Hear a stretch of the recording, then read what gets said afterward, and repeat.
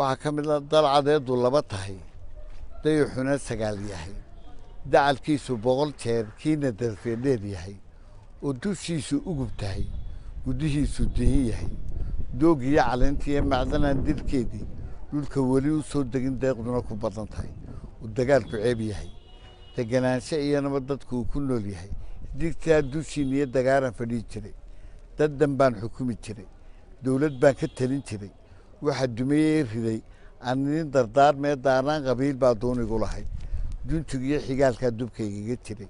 waxaan daadahan jiray dariska iyo xididka cidimay durrayn jirin imaan diir wadaagno dabar laguma xidhi jirin haddii laga dacwoodo anigaan daraadday loo daari jirin dadku inuu ogaadana waan diidi jiray hala dugo qoloqolo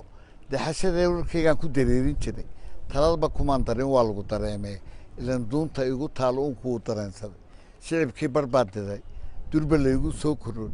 daldaloolku igu baday dundumada sideedii dugsi bahalgaleen iyo noqday degal qanin badan dibqallooca ayaa halaq igu soo dugaashaday hadduu daacad yahay ruuxu waxba uma dirtoo nacay weheshada dembiilaha inta daradiraagaa ka daaweystay aadmiga boqorkii dardaray ee darka jiray baa